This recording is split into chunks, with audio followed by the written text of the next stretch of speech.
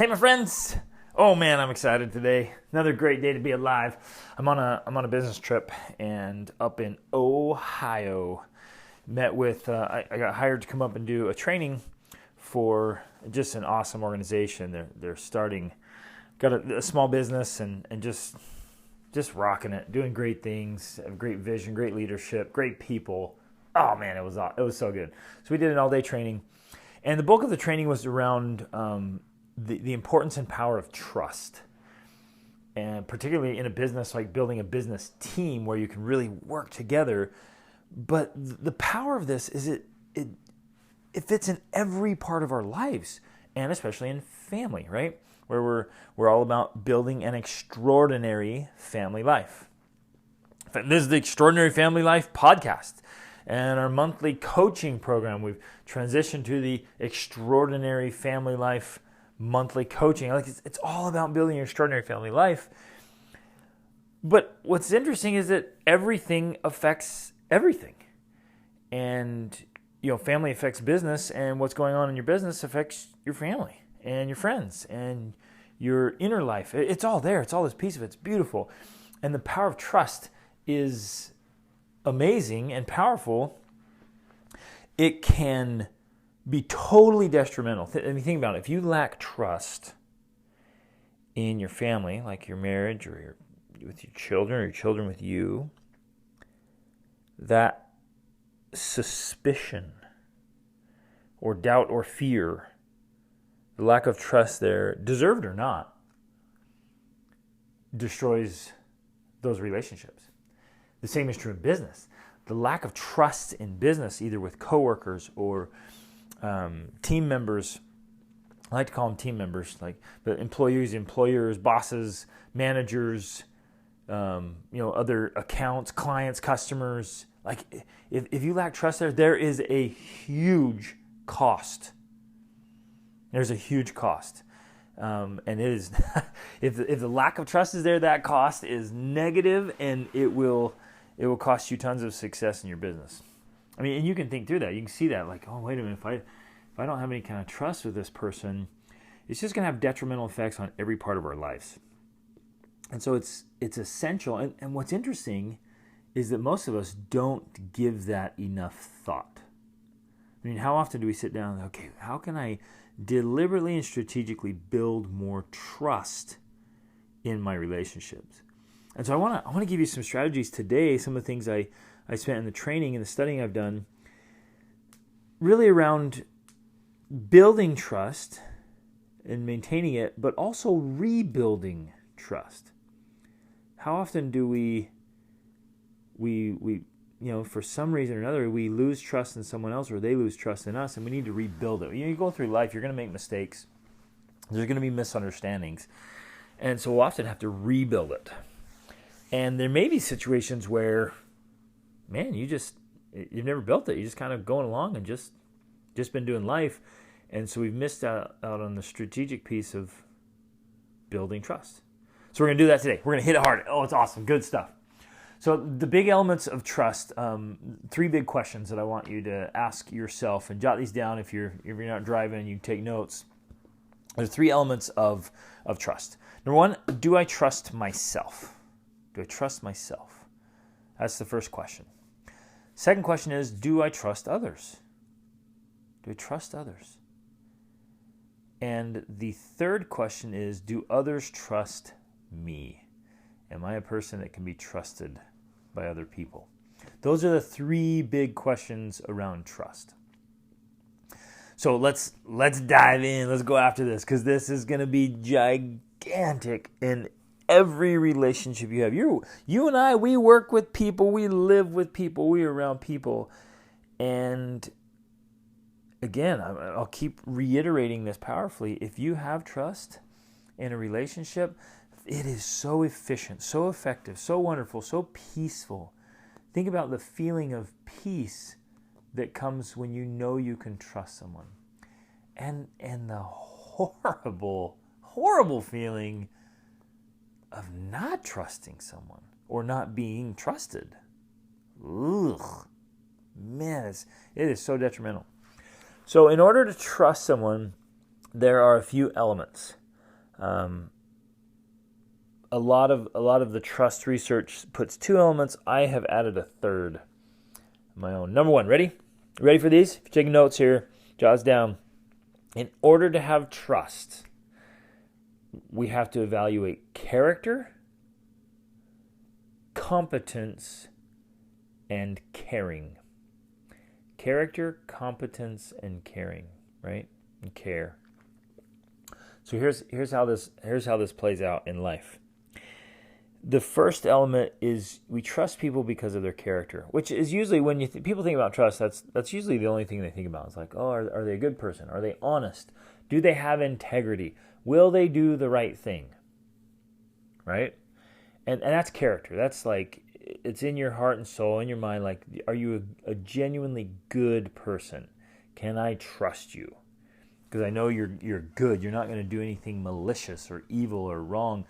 That when it comes down to it, you're not going to allow greed or anger or selfishness or deceit or evil to guide your decision making. You're just a good person. That's character, right?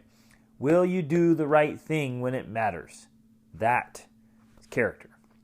Whether someone's looking or not, whether you might get caught or not, whether there's external consequences or not, you do the right thing for the right reason because that's who you are. That's character. The next part, I'm going to come back to the 3 questions and hit that, but I want to just kind of touch on each of these. The next one is competence. So somebody might have phenomenal character, like they are just genuinely good, and you can trust them. But they might not be very competent.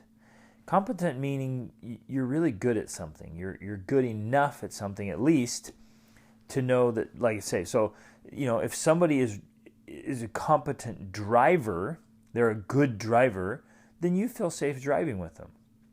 If they have no idea how to drive, they've never driven before, but they have tons of character and they're, it's genuinely great. I have friends like this, right? I just was thinking of this.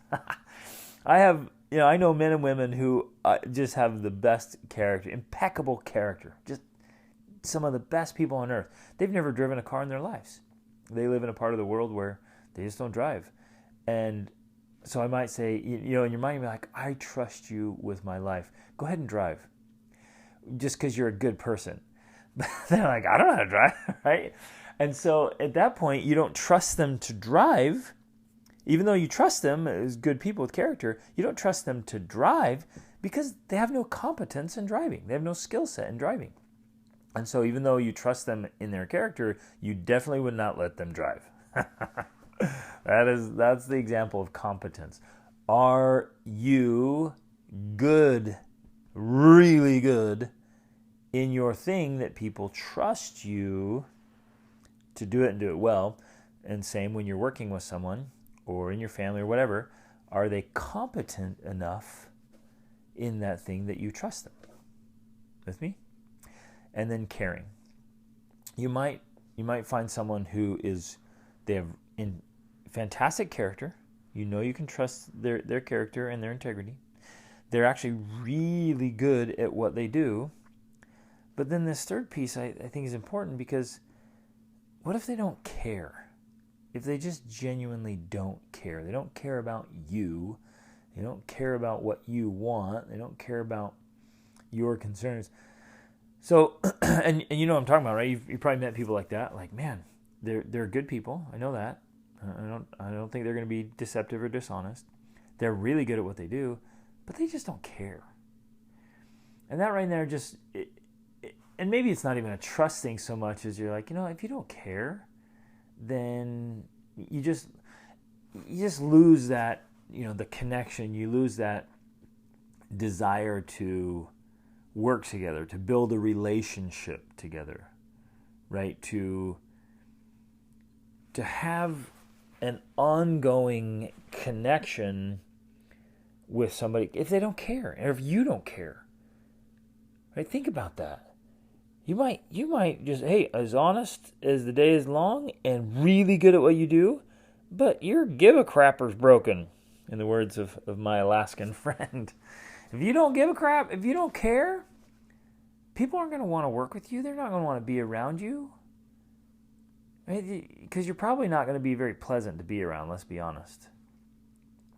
So, and have you met people like that? That they're honest, they're really good at what they do, but man, you don't want to be around them, and you don't even want to do work with them because they don't care. They might be the best in the industry, but you don't want to do work with them because they don't care. They don't care about you. And so those are the three elements, right? So let's back it up. Let's dive into this a little bit. Question number 1: do I trust myself? And so you have to evaluate in trusting yourself those three things. You evaluate your character, you evaluate your competence, and you evaluate your caring. And so character is like, look, do I make and keep commitments to myself?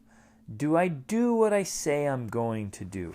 And this is a fascinating one because it all happens within your mind. It honestly doesn't matter what you say out loud as much in this one as what you say to yourself. Because you may not tell a single soul, but in your mind you say, I'm going to get up at 5 tomorrow. And then the first thing you do is hit that snooze button and hit it again and hit it again. And then you're dragging your butt out of bed at 7.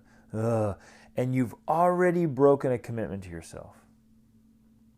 In fact, that snooze button is evil. Right? Think about that. You break a commitment to yourself as soon as you hit that thing. If you've committed to get up and you hit it, that's what you start the day by breaking a commitment to yourself. Woo! Let that sink in. You say you're not going to eat sweets or drink. You're not going to have another drink of alcohol or drink a junk or whatever. You're done, and then you do it. And even if you don't cognitively say, "Oh, I don't trust myself because I didn't do that," you feel it, you sense it. It starts to eat away at you. And this happens most often in small things. Right? We have all these little things. And what's interesting, because they're small and seemingly insignificant, those are the things that actually destroy our character and our trust in ourselves in small ways, much like a termite does to a beautiful piece of wood. It just eats that thing one teeny tiny bite at a time, destroys its integrity, the wholeness of what it has.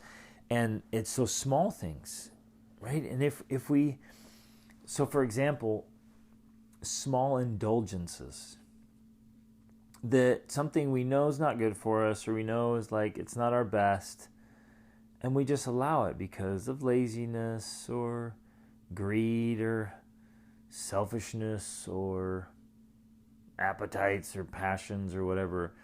We let ourselves off the hook, whether it's emotionally reacting or just a little habit, a little training, and we don't keep our word to ourselves. And we don't. And you might try to avoid it. Well, I'm not going to make any commitments then. Right? I'm not going to say anything. And that doesn't feel good either. You won't trust yourself. Why would you trust yourself if you don't do anything and you don't say you're going to do anything?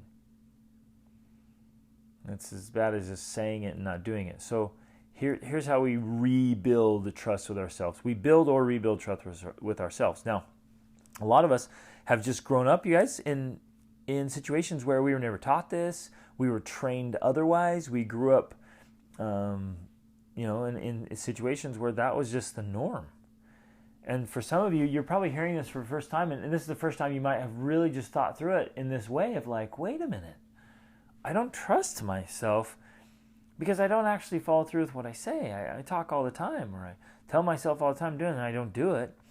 And some of you right now are just for the first time going, oh, that's that feeling I've been having of self-doubt or insecurity.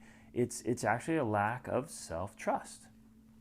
So here's how you build or rebuild, is you make and keep small commitments. Now, again, when you make a commitment, your integrity is on the line. This isn't a goal. This isn't a promise. This isn't this is integrity on the line, character on the line.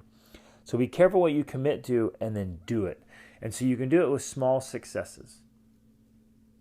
You can just say something, anything, keep any small commitment to get up at a certain time, to eat a certain way, to smile at somebody, to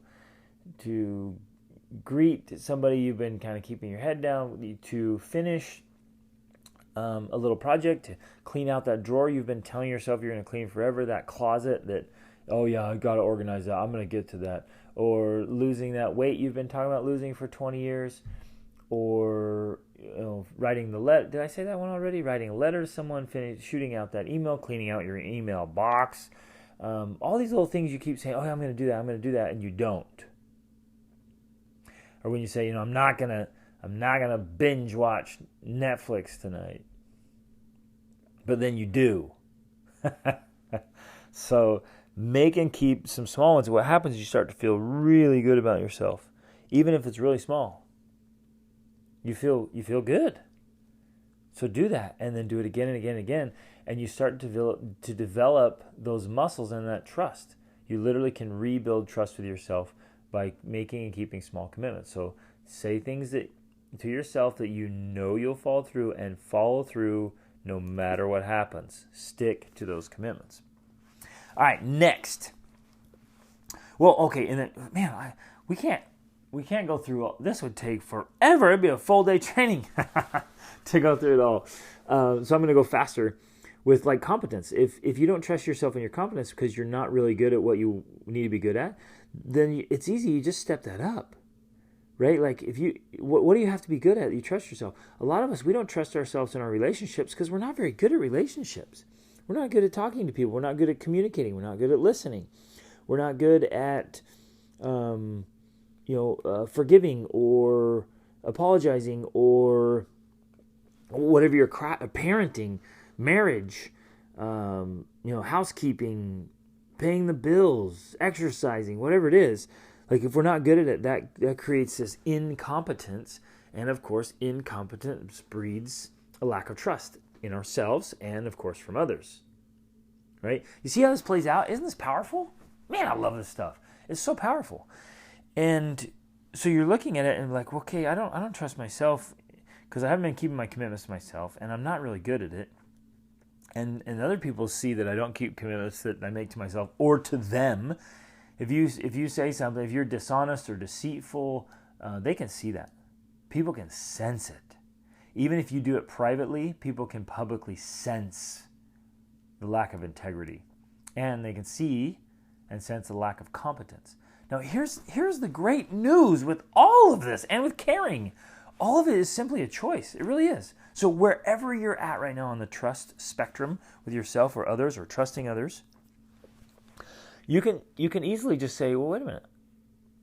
Well, I can do what I say I'm going to do. If I say I'm going to bed tonight at 9 o'clock, my butt's in bed. My eyes are closed, but I can't sleep. That's not the commitment. You're in bed with your eyes closed and you're not, getting on your device and messing around. You're laying there with your eyes closed. You're going to sleep because you made a commitment to do it. Do it. Yeah, no excuses. You do it, right? You get it done. And then with competence, such a great thing because it's all just training. It's all training, habituation, and learning. The only thing standing between you and where you need to go is what you need to know and what you need to, a set of skills, right? So it's knowledge and skills. It doesn't matter what it is. The only thing standing in between you, where you are and where you want to go, is knowledge, some knowledge, and a set of skills. So learn it and practice it. That's it. It's so easy. You can become great at listening. You can become great at marriage, great at forgiving, great at apologizing, great at parenting, great at mentoring, great at speaking, guiding, teaching, great at money management, great at exercise and body care, and great at making meals that are healthy and delicious, and great at managing your money and investing and working and mastering your craft. It doesn't matter what it is or how small or insignificant you think it is, become great at it. If it matters, if it's important, if it moves the needle in your favor, if If it builds trust in yourself and in others, become great at it. Now, most of us make all kinds of excuses of why we can't or shouldn't, or no, not that important, whatever and then of course we remain in a low trust position. So decide to be in a high trust position and build that competence. Whatever it is, it all comes down to training. It all comes down to training. So and you guys, you and I, we are training ourselves and those around us every single day. Whether we like it or not, whether we're cognizant of it or not, whether we're even aware of it or not, we are training ourselves and others every single day. So you might as well be deliberate about it and do the right kind of training, because you're training yourself every day no matter what, and usually it's in poor training. So become actually world-class at the things that actually matter. And then care. Here's the coolest part. Caring is a choice. You can just decide to care. And you might be like, well, I don't care. I've never cared, I don't care. You literally have the power to change right now and start caring. You literally may have never cared about eating well. This moment, right now, you can choose to care. Whoa, it's so powerful. And so all of these are within your power. And so if you're building or rebuilding trust, you can do these three things. You can work on your competence, become really good at things you need to be really good at. You can work on your character by making and keeping commitments and being honest and good and true. And you can work on caring by literally just deciding to care and then proving it with your actions and your words and your habits and your training. Prove it. Prove that you care. And really feel, don't be insincere, because then if you pretend to care, the only thing worse than not caring is pretending to care. If you pretend to care, then you're jeopardizing your character. And so then you can't be trusted because you're jeopardizing character. You with me? This stuff is awesome. And so in trusting others, we have to choose to be trusting. Here's something that came out yesterday in the training. I know I was in a place where I got to a point, one point of my life, where people had betrayed me and done terrible things, and I'd seen it all, and I'd seen the deception, and I'd seen it. Some of you might have seen your parents, be deceptive for little social pleasantries. They're telling you to be honest, but then they lie to get out of some social thing they don't want to, and you're like, I just saw that. Where they're screaming, yelling, angry, and the doorbell rings, and they act all pleasant and happy. And you're like, huh? And you see that, so you stop trusting them, and then maybe you do it, so you stop trusting yourself. Well, what happens is we can kind of grow up in that way and get to a point like I did. I got to the conclusion, I can't trust anybody. And I was wrong. I was surrounded by people that I couldn't trust at certain times, and I felt like, I can't trust anybody. But that's not true. And what came out of training was awesome. And somebody said, look, you can't trust. Don't say I can't trust anybody. Say I can't trust everybody. And that seems more true. Like, you can't trust everybody. But it's also not true to say I can't trust anybody. And so I don't know. It's a beautiful thing. Just think about that. And a lot of times you can, and perhaps you shouldn't trust everybody, because they don't all have great character. They don't all have competence, and they don't all care. But you can trust the people who do. That's the powerful thing. You can trust the people who do. Who have character and competence, and they care. Oh yeah. And so you can have more trust, and you can share this with them. In fact, share this podcast. Share this podcast with people who are struggling with self-trust or trusting others or being trusted by others, right? Share it with them. Share it with people you care about. We've got to share this message so that we can increase this level of trust, because it's affecting every area of our lives in a gigantic way. I love this stuff. Oh, I love this stuff. It's so good. And so do your training. Do your training, your trust training. Work on yourself hard. Work on your character, making and keeping commitments. Work on your knowledge and your skills. Right? Become really competent in the things that move the needle in your favor. And then choose to care. Just decide you're going to care about things that are worth caring about. And you're going to care about people that are worth caring about. And when you do that, woo, it's going to be awesome. You're going to trust yourself more, you're going to trust others more, and others will trust you. And that will transform your relationships, which of course transforms your life and the way you do life and all the things you're working on. You guys remember, awesome is always an option, even in trust and rebuilding trust. If you've broken trust or others have broken trust with you, it can be rebuilt with those three things. Reach upward.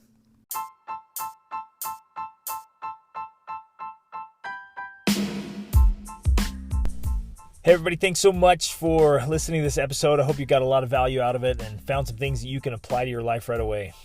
Hey, I'm being totally sincere when I say I live to help you live your extraordinary life. So I hope you'll reach out to me if you have any questions, or let me know how I can help you in any important area of your life. And in fact, this podcast is brought to you by the School of Awesome Sauce monthly coaching program. Take advantage of that. Get in there. It's the best way to get a breakthrough to the next level so you can level up your health, your spirituality, your emotions, your mind, your relationships, your finances, business, every part of your life. Just get in there where you have a coach and a mentor. You have a supportive community to make things happen. So jump in there, take advantage of this, try it out, get in there with us, and level up your life. See you on the inside. Reach upward.